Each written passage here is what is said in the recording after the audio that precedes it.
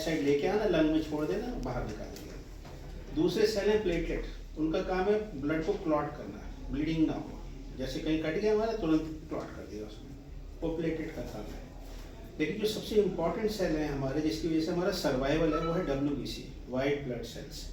ये हमें बाहर के इन्फेक्शन से बचाते हैं और यही बताते हैं कि बैक्टीरिया आ गया, वायरस आ गया, फंगस आ गया, इसको मार लो। हमें पता भी नहीं लगता, बहुत सी लड़ाइयाँ हमारे शरीर में ऐसे चल रही होती हैं कि ये अपने आप ही उसको पहले से पहले कंट्रोल में कर लेते हैं। WBC कई तरीके के होते हैं। एक है ग्रैनुलोसाइट्स, वो एकदम सिपाही की तरह से है कि हर चेक पोस्ट पर खड़ा है, उसने देख लिया कि खतरा आ रहा है, ये वहीं से लड़ना शुरू कर देगा या गोली चलाना शुरू कर देगा, वैसे ही इनका काम है। लेकिन इनकी ताकत बहुत ज़्यादा नहीं है। हम भी देखें जैसे अभी वार शुरू हुई है हमारे यहाँ, तो जो सिपाही लड़ रहे हैं वो तो हैं बहादुर, वो अपना काम कर रहे हैं, लेकिन उन प्लानिंग क्या है, कहाँ पे कैसे अटैक करना है, किस तरह से ट्रैप करना है एनिमी को, ये बाहर आपका ऑफिसर बैठ के बना रहा है पीछे। तो वो जो सेल हैं वो है लिम्फोसाइट्स, और लिम्फोसाइट्स ना हो तो हम सर्वाइव ही नहीं कर सकते। कुछ बीमारियाँ ऐसी होती हैं जहाँ बच्चों के लिम्फोसाइट गड़बड़ा जाते हैं पैदाइशी तौर पे, तो दे डोंट सर्वाइव अगर हम उनका बोन मैरो ट्रांसप्लांट ना करें। ये बात मैं इसलिए बता रहा हूँ कि थोड़ा बैकग्राउंड आपको समझ में आएगी क्या दिक्कत हो रही है, और जब हम लोगों के लिए कितनी दुश्वारियाँ हैं एज अ डॉक्टर। तो ये नहीं है कि ये ऐसे कि खांसी जुकाम बुखार हुआ, आपने दवा दे दिया, आप ठीक हो जाओगे। आपको भी खुद को अपने बारे में समझना बहुत आवश्यक है। तो लिम्फोसाइट्स का काम है हम अपने शरीर के प्रोटीन्स को पहचानें। बंद कर दीजिए अम्मा। और बाहर से इसके जो हमारे शरीर के अलावा कोई भी प्रोटीन आ रहा है, उसको ये सोचेंगे कि डेंजर है, इसको लड़ा। इसी तरह से बैक्टीरिया वायरस पहचाने जाते हैं, क्योंकि उनके प्रोटीन अलग है, हमारे अलग है। ये एजुकेशन हर आदमी की अपने शरीर की अपने अनुसार है। सबके प्रोटीन्स थोड़े थोड़े डिफरेंट हैं, लेकिन सबका इम्यून सिस्टम खुद को पहचानता है और बाहर वाले से रिएक्ट करेगा। ये एजुकेशन किसी वजह से हम नहीं जानते। जब मैं ये वर्ड यूज़ करता हूँ हम, मतलब पूरी दुनिया में कोई नहीं जानता है अभी साइंस के हिसाब से कि ऐसी गड़बड़ियाँ क्यों हो जाती हैं। बहुत सारी थ्योरीज हैं इसमें, लेकिन पक्के तौर पे कुछ भी नहीं कहा जा सकता है, क्योंकि जिस दिन हम ये पता लगा लेंगे कि गड़बड़ी क्यों हो रही है, हम इसका इलाज भी पक्का ढूंढ लेंगे। अब क्या दिक्कत है इसमें, लिम्फोसाइट्स को हमें एजुकेट करना है, हम नहीं कर सकते हैं ऐसा। हमारे पे अभी कोई तरीका नहीं है कि हम इनको वापस एजुकेट कर दें कि भैया अपना है। तो हम क्या करते हैं, शहर में दंगा हो गया, आप क्या करोगे कि कर्फ्यू लगा दोगे उस एरिया में, ठीक है, 5-6 दिन के लिए पुलिस को पेट्रोलिंग पे रखोगे, फिर आप खुला छोड़ दोगे, शांत हो गया आप। क्योंकि दंगा करने वाले बहुत कम हैं, तो पॉपुलेशन शहर की ज़्यादा है जो कि नॉर्मल है। ये स्टेटस हमारी बॉडी के अंदर में है। जो लिम्फोसाइट्स हैं जो नॉर्मल है वो ज़्यादा है, लेकिन जो एबनॉर्मल लिम्फोसाइट्स से जो गड़बड़ियाँ कर रहे हैं, बीमारी को बढ़ा रहे हैं, वो थोड़े कम है। तो हम क्या करते हैं, हम अंदर कर्फ्यू तो नहीं लगा सकते, लेकिन हम दवाइयाँ यूज़ करते हैं जो इम्यूनोसप्रेसिव मेडिकेशन है। इसमें जो सबसे खास तौर पे सबसे ज़्यादा यूज़ करा जाता है वो है स्टीरॉयड। स्टीरॉयड फिलिप्स हेंच ने 1950 में उसको नोबेल प्राइज़ मिला था, ठीक है। उसके साथ 2 लोग और थे जिनको मिला था ये। तो नोबेल प्राइज़ उन लोगों को मिलता है जो पूरी एक मानवता के लिए कुछ ऐसा काम कर जाए जो बहुत बड़ा काम हो, क्योंकि उस वक्त रूमेटॉइड आर्थराइटिस के मरीज मर जाते थे 20, 25, 30 साल के होते होते। लेकिन इस आदमी ने क्या किया कि जैसे ही उनको 2 इंजेक्शन 3 इंजेक्शन लगाए, वो उठ के चलने लगे। तो इस वजह से इस उपलब्धि को इतना बड़ा माना गया कि जैसे ये इसको नोबेल प्राइज़ दे दिया विदिन 2 ईयर, 2 साल। 1948 में उन्होंने पेपर प्रेजेंट किया अपना, और 1950 में नोबेल प्राइज़ मिल गया, जबकि नॉर्मली जो 10 से 12-15 साल लगते हैं नोबेल प्राइज़ मिलने में। तो ये बड़ी उपलब्धि थी। तो मेरे ये बात मैं इसलिए कह रहा हूँ आप लोगों को कि एक जो हम सबके मन में धारणा बिठा दी जाती है कि स्टेरॉइड खराब है, गलत है, नहीं, यहाँ जान बचाने के लिए है।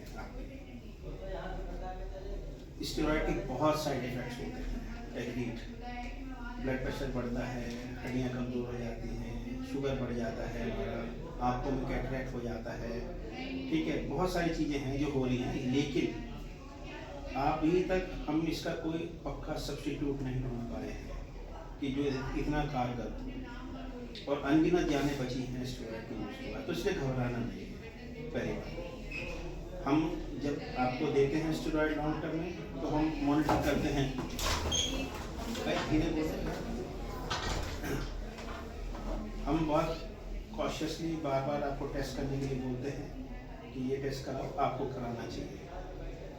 डॉक्टर का कोई फ़ायदा नहीं है, डॉक्टर सिर्फ एक चीज़ के लिए आपकी कोशिश कर रहा है कि आपकी हेल्थ को हम कितना बेहतर से बेहतर रख सकें विदाउट मच कॉम्प्लिकेशंस।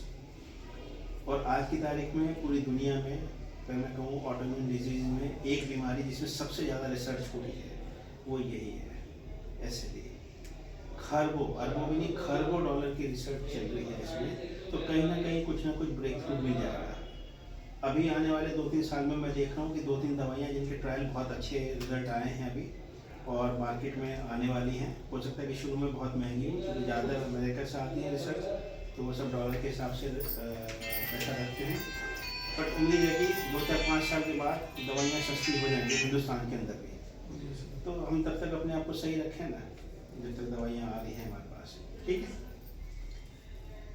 एक दो चीज़ें जो बहुत कॉमन है, जो मैं चाहता हूँ कि आप सब लोग समझें। इस बीमारी में हम सबको कहते हैं कि धूप से बचना है।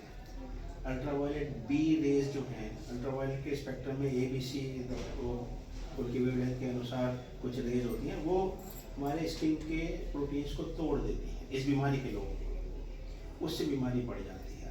तो कभी भी आप धूप में ज़्यादा देर ना रहें, प्रेफरेबली निकलें, पूरे क्लोथ्स पहन के निकलें, फुल लेंथ हैट लगाएं या अम्ब्रेला रखें साथ में, और एक SPF 30 की क्रीम रखें लगा के, जो भी एक्सपोज एरिया है।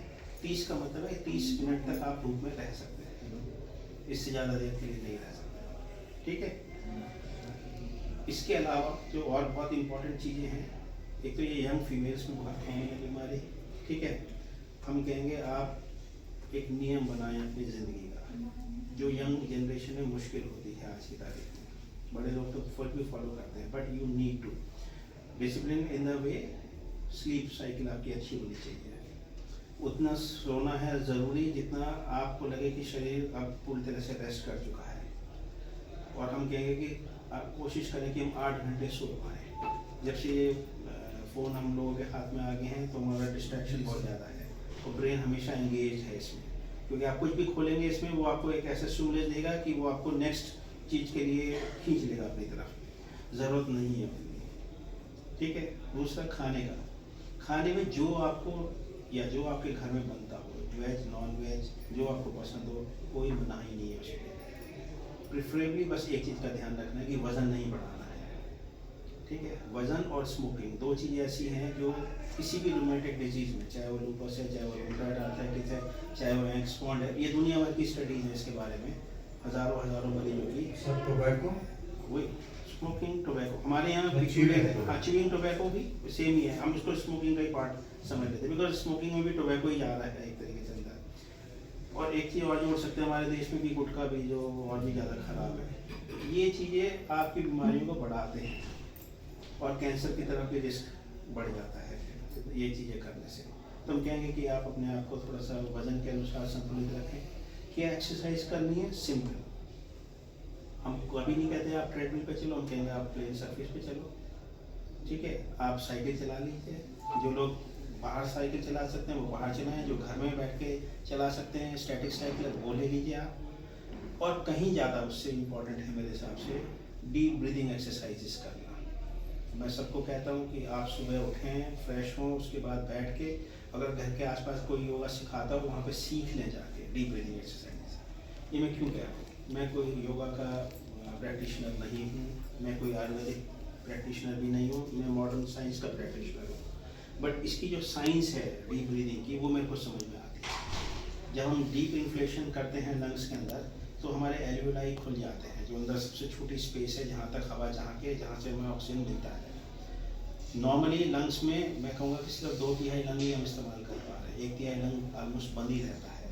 लेकिन जब हम डीप ब्रीदिंग करना शुरू करते हैं तो वो भी एरिया खुलने लगता है, उसमें वेगल नर्व एंडिंग से। और वेगस वो नर्व है जो हमारे सिस्टम को नॉर्मल की तरफ लेके आती है पूरी बॉडी के, क्योंकि वेगस हमारे लंग्स को, हार्ट को, इंटेस्टाइन को, स्प्लीन जो लार्जेस्ट इम्यून ऑर्गन है हमारा, उसको इन्फ्लुएंस करता है डायरेक्टली। स्लीप के टाइम में सबसे ज़्यादा वेगस नर्व ही एक्टिव होती है। तो जब हम सो के उठते हैं, अगर हम पहले दिन किसी वजह से बहुत थके हुए थे, हम अगले दिन बिल्कुल फ्रेश उठेंगे, तो वो जो मैक्सिमम कमाल है वो वेगस नर्व का है।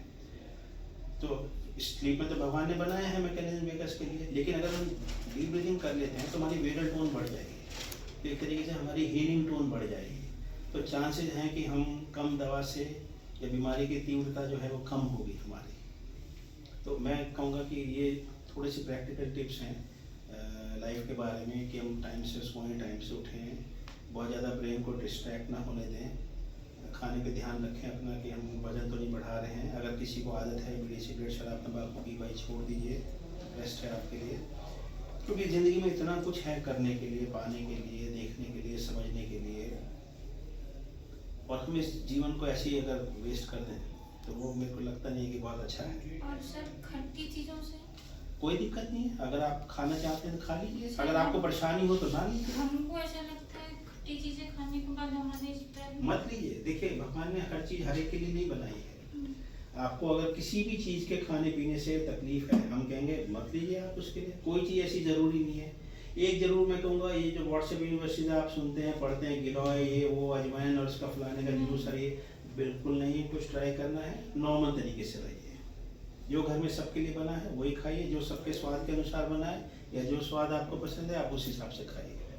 लेकिन थोड़ा सा डीप ब्रीदिंग की प्रैक्टिस करने की आदत डालिए। और ये बात मैं बता रहा हूँ अपने एक्सपीरियंस से, पिछले 20 साल में मेरे पास कुछ ऐसे पेशेंट्स हैं लूपस के जो यंग थी, 16, 17 साल, 18 साल की बच्चियाँ थी और बहुत ही ख़राब हालत में आई, जहाँ हम भी थक गए थे कि अब और दवा नहीं है हमारे पास। तो एज अ लास्ट रिसॉर्ट जब मैं कभी संडे के दिन जाता हूँ, तो संडे को बहुत टाइम रहता है हमारे पास क्योंकि और कुछ काम नहीं है करने के लिए, तब एक 1-1.5 घंटा भी कभी कभी बात किया किसी के साथ, समझाया उनको कि डीप ब्रीदिंग करो आप। एक बच्ची थी जो मेडिकल में उसी साल सिलेक्ट हुई थी आंध्रा में, रो रही थी, उसका किडनी ख़राब हो गया था काफ़ी हद तक, लेकिन हमने कहा कि तू रो ले या फिर डीप ब्रीदिंग कर ले और हम कुछ लास्ट रिसॉर्ट की तरह से दवाई देते हैं तेरे को। आज की तारीख में वो प्रैक्टिसिंग ऑप्थेल्मिक सर्जन है हैदराबाद के अंदर ही, MBBS भी कर लिया, MS भी कर लिया उस बच्ची ने। दूसरी बच्ची थी वो 14-15 साल की ही थी, दवाई थी, लेकिन इस बच्ची ने बताया मेरे को कि सर मैं डीप ब्रीदिंग नहीं छोड़ती, MBBS के ड्यूटी के दौरान भी मैंने कभी भी डीप ब्रीदिंग नहीं छोड़ा। दूसरी बच्ची थी वो PhD करके साइंटिस्ट है आज की तारीख में सूरत में कहीं, फैमिली हो गई है, शादी हो गई है, बच्चे हो गए हैं उनके। तो ऐसा नहीं है कि आप नॉर्मल जीवन नहीं बिता सकते हैं। Only thing is you just need to focus, ठीक है। घबराना बिल्कुल भी नहीं है, रास्ता जरूर उतार चढ़ाव वाला रहता है जीवन में, हर दिन है, भगवान ने भी हर दिन एक जैसा नहीं बनाया। मैं कहूँगा कभी मौसम बहुत अच्छा है, कभी बहुत खराब है, कुछ ज़्यादा ही खराब हो जाता है कभी कभी। हाँ क्या दिक्कत है, तो ये ट्रांजिएंट है ना, हर चीज़ बिल्कुल ट्रांजिएंट है। किसी किसी में बहुत ज़्यादा। हाँ, एक चीज़ और मैं कहूँगा इसमें, बस जब अपनी ये बात उठाई थी, मन को हम अगर शांत रखेंगे तो चांसेस हैं कि हमारी बीमारी नहीं बढ़ेगी। स्ट्रेस जहाँ महसूस कर, स्ट्रेस कुछ भी नहीं है मेरे हिसाब से। मैं देखिए डॉक्टर हूँ, मैंने MBBS कर लिया था 1990 में, तो अब मान लो कि मैं पिछले 35 साल से तो प्रैक्टिस कर ही रहा हूँ जहाँ मैं दवाइयाँ लिख रहा हूँ। मैंने आज तक ज़िंदगी में एक भी दवा नहीं खाया है स्ट्रेस के लिए या नींद के लिए या किसी भी, जबकि मैं लिखता हूँ, मैं लिखता भी नहीं हूँ कभी इस तरह की दवाइयाँ, क्योंकि मेरा कहना है कि आप इससे फाइट करिए। तो ऐसा नहीं कि ज़िंदगी में स्ट्रेस नहीं आए, बहुत आते हैं, अभी भी आते हैं। कल ही रात को 2 बजे के बाद ही सोया, पहले 1 बजे तक वो देखता था कि क्या चल रहा है पाकिस्तान के साथ। फिर मैं लेटने गया तो फिर यहाँ से कॉल आ गई कि इमरजेंसी में मरीज भर्ती हो रहा है। लेकिन जैसे आराम ना मिल पाए तो किस चीज़ के लिए? जैसे हम लोगों को हाँ आराम बहुत कम मिल पा रहा है, तब कैसे आराम, मतलब फिजिकली रेस्ट नहीं कर पा रहे हैं, बनाना पड़ेगा। जो आपके साथ हैं, आपके घर वाले हैं, उनको आपको सपोर्ट करना ही पड़ेगा, उन्हें भी समझना पड़ेगा बीमारी के बारे में। सर यही इशू है, जैसे जॉब में है और फिजिकल रेस्ट जो समझने है में और समझ आने में बहुत फर्क होता है। मैं बिल्कुल बात समझता हूँ आपकी, और ये हमारी सोसाइटी का प्रॉब्लम है। मतलब सब ये सोचते हैं कि घर के जिम्मेदारी महिलाओं लोग का ही बीमार है। तो समझते हैं लेकिन बीमारी नहीं समझते। एग्जैक्टली। तो इसमें मैं ये कहूँगा कि ये देखिए, इसमें ये एक दिन की समस्या नहीं है जो ऐसे ही सॉल्व हो जाएगी। फिर भी मैं कहता हूँ कि अगर घर वाले आएँ साथ में, हम बात कर सकते हैं उनसे, उन्हें समझाने की कोशिश कर सकते हैं। हमारा प्रॉब्लम ये है कि हम बने मुश्किल से 60-70 मरीज एक दिन में देखने के लिए हैं, लेकिन हम देखते 300-350 हैं। तो हमारे पास उतना टाइम नहीं होता है कि हम चाह के भी बात कर सकें ज़्यादा। फिर भी अगर किसी को ये लगता है कि मेरे घर में मेरी उतनी सुनवाई नहीं है, हम जी बिल्कुल, अगर आप हमें अपनी प्रॉब्लम बताएंगे, हम पक्का 10 मिनट 15 मिनट एक्स्ट्रा निकालेंगे कि हम बात करें घर वालों से आपके। उन्हें समझाने का प्रयास करें कि भाई इस तरह की चीज़ें थोड़ा सपोर्ट करने से बहुत फ़र्क पड़ जाता है। और मैंने देखा है कि जो जब आप स्ट्रेस में आते हो बहुत सारे पेशेंट तब बीमारी बढ़ जाती है, और जैसे ही आप रिलैक्स हो जाते हो तो बहुत सारी चीज़ें बिना दवाओं के भी ठीक हो मेरे साथ जाती तो वही हैं। हुआ था जब वेंटिलेटर पे गए, जिसकी वजह से ही हुआ। यहाँ पे दर्द बहुत सारी होता चीज़ें है। मिक्सअप हो जाती हैं एक साथ। हाँ नहीं, हर तरफ बॉडी में स्ट्रेस में कुछ भी हो सकता है, सर से लेके पैर तक कुछ भी हो सकता है। तो मेरा ये कहना है कि कोशिश करें कि हम उस तरह का वातावरण बना सकें, क्या समझा सकें, क्या हमारा जो रोल है हम कर सकते हैं, लेकिन हम आपके घर के वातावरण को नहीं बदल सकते। हम बस इतनी हेल्प कर सकते हैं कि अगर घर के लोग आते हैं आपके साथ में, हम उनसे बात कर सकते हैं बीमारी के बारे में, ठीक है? ये सब दिक्कत घर वालों में नहीं है, दिक्कत हम लोगों का, औरत हमने है, जिम्मेदारियां हमने। हाँ, पर हल भी निकालना पड़ेगा हर चीज ठीक है। का। सर इस लेकिन आपको ये सॉल्व खुद ही करना पड़ेगा। कुछ करना ये है, आपकी तो ये करना है। मतलब हम नहीं कुछ कह सकते इसके बारे में कि भाई हम कैसे आपकी हेल्प कर पाएंगे इसमें। सर एक क्वेश्चन था, is there any role of asteroids in weight gain?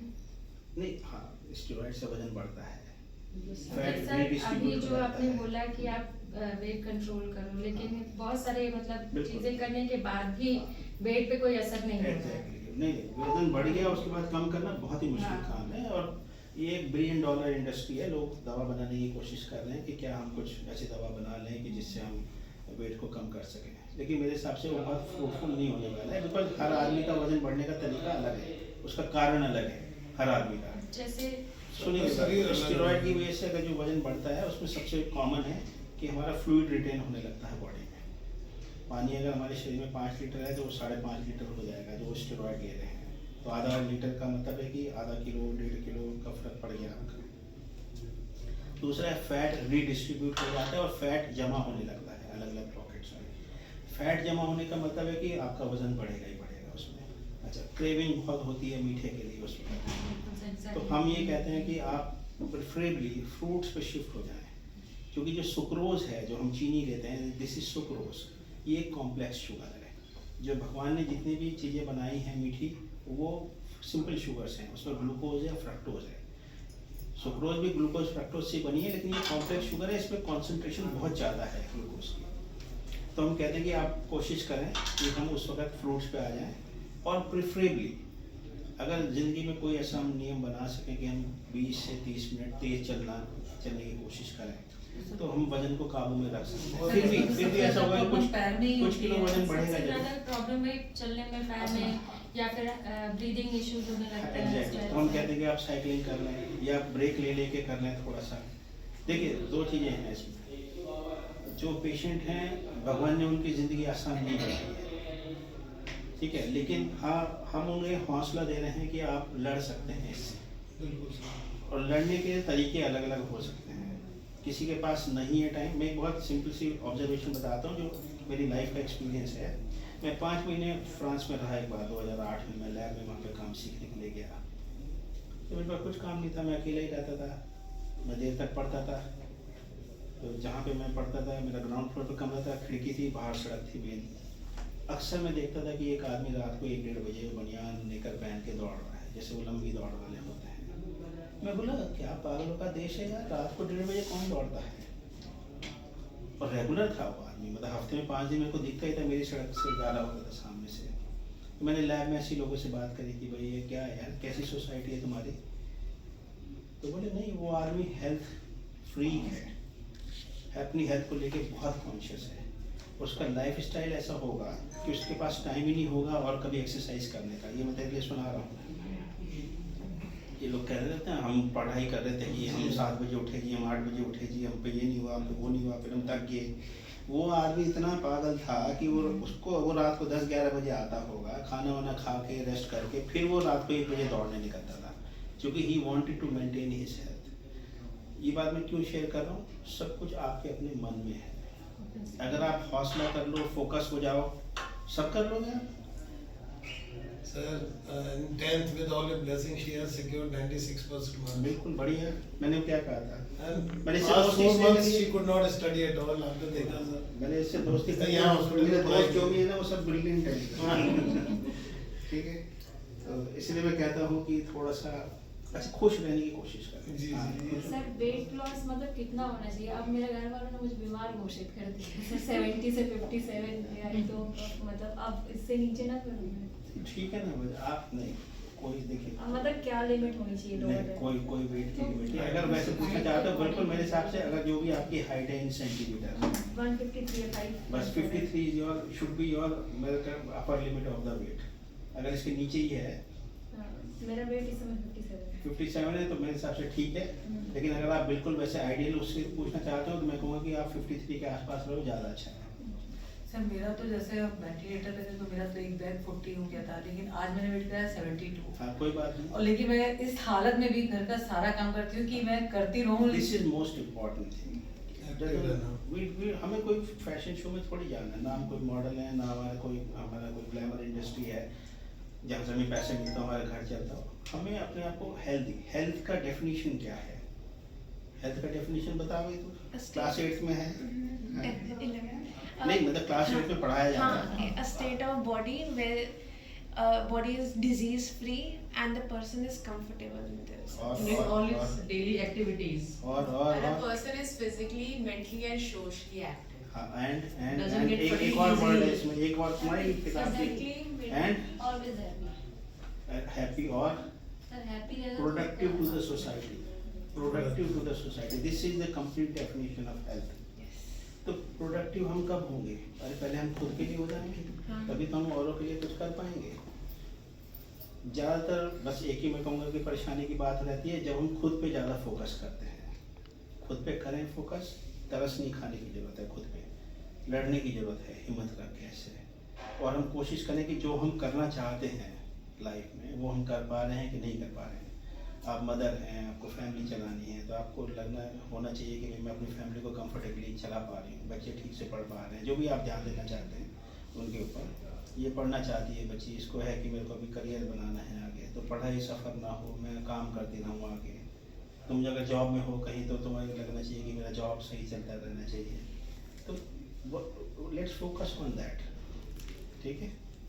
Sir 2 question मेरे और हैं सर। एक तो ये है कि इसमें मतलब अब शादी वाली एज हो रही है तो प्रेगनेंसी सक्सेसफुल होती है या हाँ, नहीं होती है? That is a very important question, क्योंकि ज़्यादातर यंग फीमेल्स ही रहती हैं।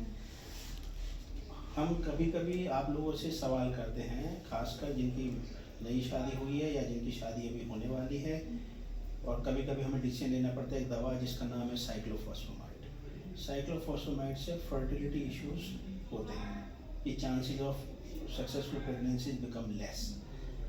बट ये बिल्कुल एक डायर सर्कमस्टेंस है जब हम ये आपसे बात करते हैं, क्योंकि हम खुद से ही कोशिश करते हैं कि जो और दवाइयाँ हैं जिसमें कि साइक्लोफॉस्फेमाइड का इस्तेमाल ना करना पड़े, फर्टिलिटी इशू ना हो, हम वही चूज़ करें। लेकिन कभी कभी कुछ ऐसी प्रेजेंटेशंस हैं लूपस के जिसमें कि हम कहते हैं ब्रेन में लूपस हो गया, आप भूल गए, आपको पता ही नहीं लग रहा कि आप क्या बात कर रहे हो, कहाँ हो, जिसको कहते हैं न्यूरोसाइकेट्रिक लूपस। वहाँ पे हमारे पास एक ही दवा प्रूवन है जो इफेक्टिव है, सर इस साइक्लोफॉस्फेमाइड। बीमारी में ऐसा भी होता है कि भूलने का कुछ? हाँ बिल्कुल, वही न्यूरोसाइकेट्रिक लूपस की मैं बात कर रहा हूँ। तो वहाँ पे हम कहते हैं कि आप साइक्लोफॉस्फेमाइड लगाओ, लेकिन उसका भी एक तरीका है। आज की तारीख में, पहले हमारे पास नहीं था, अभी हम कहते हैं कि गोनाडोट्रोपिन रिलीजिंग हार्मोन्स प्रिपरेशंस हमारे पास अवेलेबल हैं, एनालॉग्स अवेलेबल हैं, जो हम 2 हफ्ते पहले लगाते हैं। उसके बाद हमारी जो ओवरीज हैं वो प्रोटेक्ट हो जाती हैं।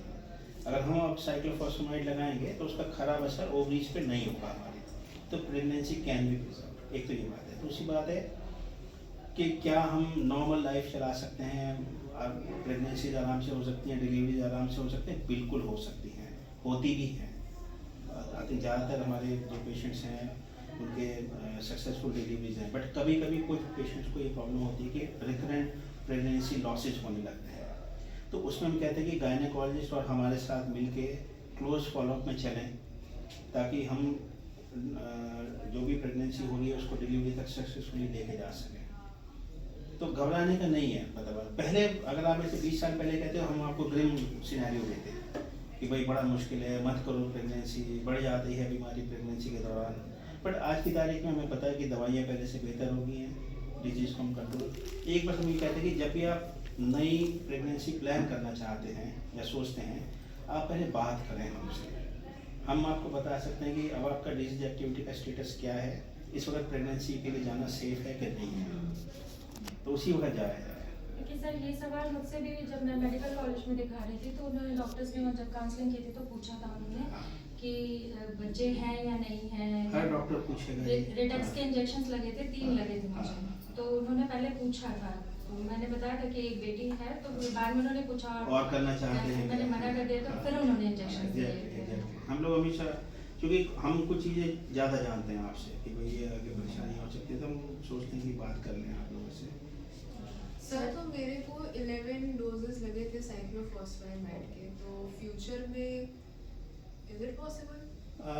Yes, there is always a possibility कि it may affect your fertility, but अगर 14-15 साल की एज से पहले लगा है साइक्लोफॉस्फेनामाइड तो चांसेस कम रहते हैं, क्योंकि उस I was वक्त 18 18-19 पे अगर लगा है तो there is a pretty good chance कि it may affect fertility.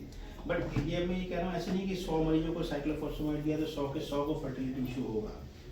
जो हमारी कंसर्न है कि हमें मालूम है कि 5 से 7 लोगों को दिक्कत हो सकती है, तो ये भी हमारे लिए बड़ा नंबर है कि 100 में से 5 या 7 लोगों को दवा की वजह से दिक्कत हुई।